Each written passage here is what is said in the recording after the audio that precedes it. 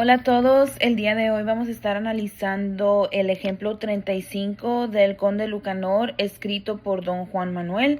Este es un cuento didáctico, una fábula, ¿verdad? Un cuento donde los animales también son personajes del siglo XIV, ¿no? De la Edad Media, del tiempo medieval. Específicamente fue escrito en 1335, como ya les dije, escrito por don Juan Manuel. Y pues este ejemplo es un cuento, el cuento número 35 de 51 cuentos, ¿verdad? Que se escribieron durante la Edad Media.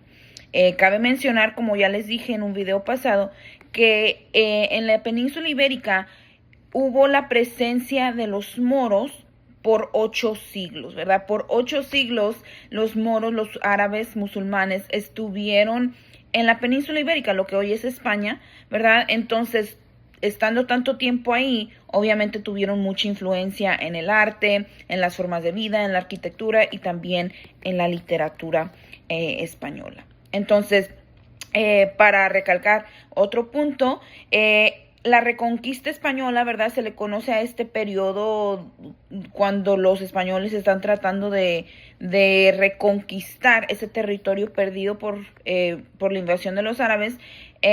Y esto llega a su fin cuando se pierde Granada, ¿no? La última ciudad bajo dominio árabe que cae en el 1492.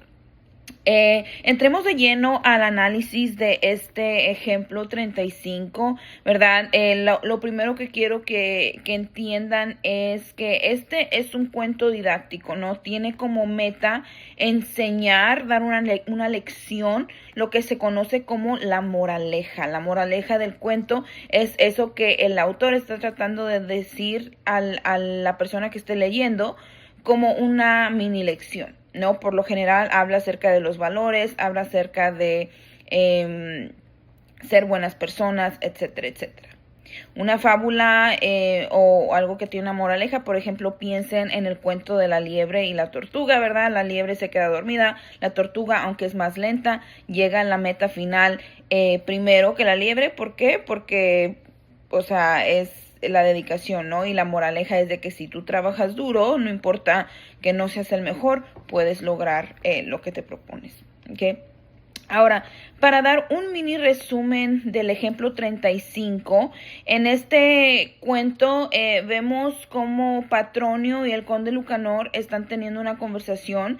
El conde Lucanor es obviamente de la clase más alta, el sirviente, ¿no?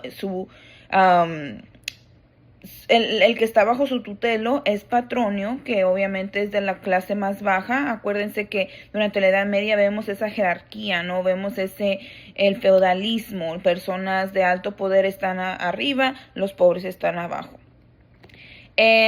Patronio es un moro, no un árabe, que es, como les digo, está bajo el tutelo o bajo el mandato del conde Lucanor. Y el conde Lucanor un día le viene y le dice: ¿sabes qué, Patronio?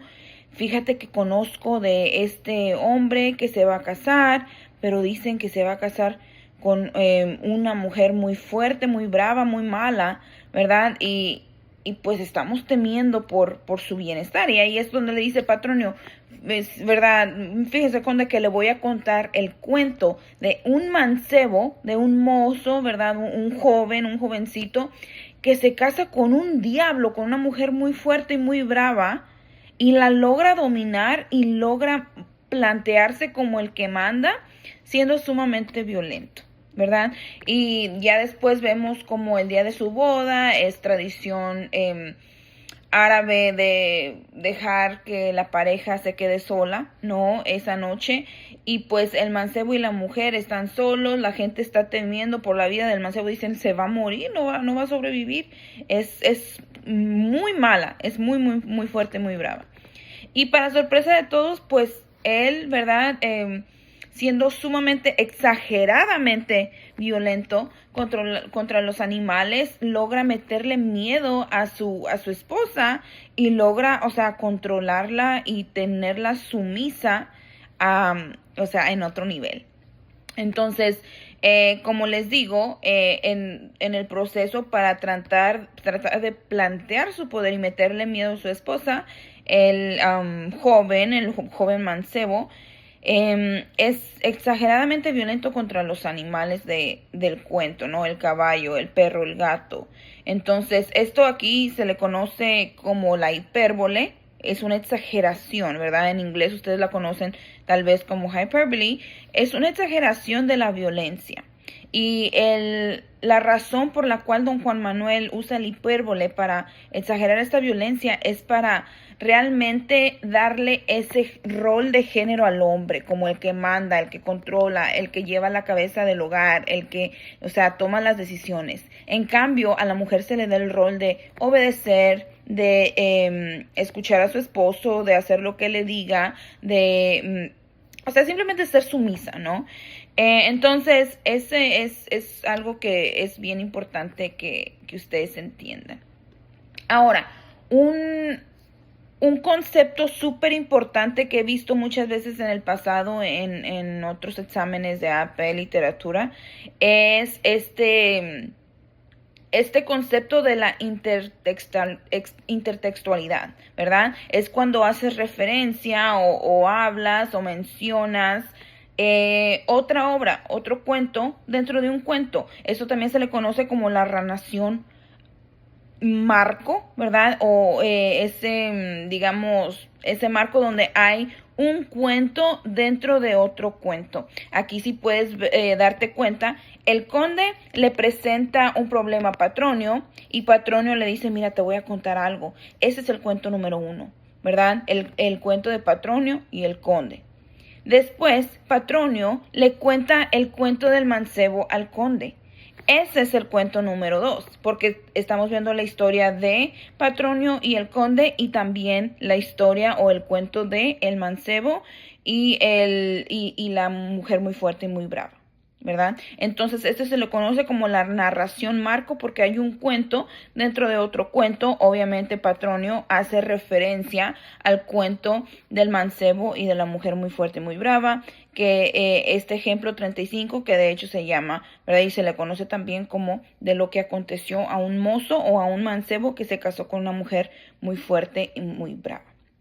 Ahora, veamos las palabras de vocabulario o las figuras literarias, las figuras retóricas que ustedes deben de saber y poder, ¿verdad? O sea, conceptualizar en su examen es 1, la moraleja que ya les expliqué, es la lección o la enseñanza. En este caso es si tú no te muestras como eres al principio, cuando quieras mostrarte después, pues ya no va a valer de nada, ¿verdad? Por eso vemos como el suegro del mancebo al final dice, pues este chavo estaba siendo súper, ¿verdad? O sea, tenía todo el poder en su casa, ahora yo voy a tratar también de mandar en la mía. Y le dice a su esposa, no, te equivocas, yo ya te conozco, eso ya no va a funcionar contigo, así empieces a actuar loco y violento y lo que sea, pues yo ya no vale de nada, ¿verdad? Como les digo, el cuento del mancebo, el ejemplo 35 de don Juan Manuel, es uno de 51 ejemplos. Y este cuento obviamente es un cuento didáctico, una obra didáctica, ¿verdad? Que tiene como motivo enseñar esa lección, esa moraleja al final. Didáctico quiere decir que tiene motivo de enseñar algo, de dejar una enseñanza. Una cosa que a lo mejor es repaso para ustedes, pero que realmente necesito que puedan distinguir es el narrador y el narratario. El narrador obviamente es la persona que cuenta la historia, ya tal vez lo has visto en otros cursos, en otras clases. En este caso es Patronio, ¿verdad? Y el narratario es aquella persona que escucha o que está recibiendo la historia, ¿verdad? La persona a la que se dirige la historia, que en este caso sería el conde Lucanor. El que escucha es el conde, el que está contando el cuento es Patronio. Entonces, narrador, Patronio, narratario, el conde. Para continuar, el autor, ¿verdad?, de esta obra, don Juan Manuel, emplea mucho el hipérbole, esa exageración, para llevar su punto, ¿verdad?, de un lado a otro. Él quiere, o sea, comunicar cómo los roles de géneros estaban distribuidos en esta Edad Media, ¿no? En este periodo del tiempo del siglo V al siglo XV. Y pues usa el hipérbole para exagerar, o sea, lo violento y lo poderoso que era el hombre a comparación de la mujer, ¿verdad? Como vemos en esto, ejemplos directos del texto, bueno, la mujer le lleva agua a las manos, ¿verdad? El día de hoy es muy fácil decir, ¿no? Pues agárrala tú, ¿verdad? Otra cosa es de que el mancebo simplemente ordenaba y la mujer se quedaba atónita viendo, ¿verdad? Mirando. Él estaba siendo el que estaba dando las órdenes y él decía, pues si no me hace caso, esa persona o esa cosa que no me haga caso, igual va a terminar como el perro, el caballo y el gato, ¿verdad? Ahora, la metaficción se le conoce a este concepto cuando el autor se convierte en un personaje. Entonces, el autor, don Juan Manuel, perdón, se convierte en un personaje en la última línea, ¿no? Aquí es, y como don Juan Manuel, tarará, tarará, ahí vemos como el autor es mencionado en el cuento como si fuera otro personaje. Eso se le conoce como la metaficción. Ahora vamos a hablar un poco más sobre temas de AP centrales que vemos en la historia en el ejemplo 35 de don Juan Manuel, de lo que aconteció a un mancebo que se casó con una mujer muy fuerte y muy brava. Y esto es la religión y la influencia de los árabes o de los moros, ¿verdad? Vemos la cultura árabe en este cuento medieval porque estamos viendo un matrimonio arreglado, ¿verdad? Un matrimonio donde le buscan el esposo o la esposa a ciertas personas y entre las familias se les arreglan, ¿verdad? Para casarlos. Eso es una parte grande de la cultura árabe, lo que hemos reflejado aquí en el cuento. También vemos esa cultura árabe de darle el papel o el rol de el jefe de la familia al hombre y hacer de la mujer un poco más como una persona de casa, una persona que se encarga de las tareas, que obedece y que sirve a su esposo.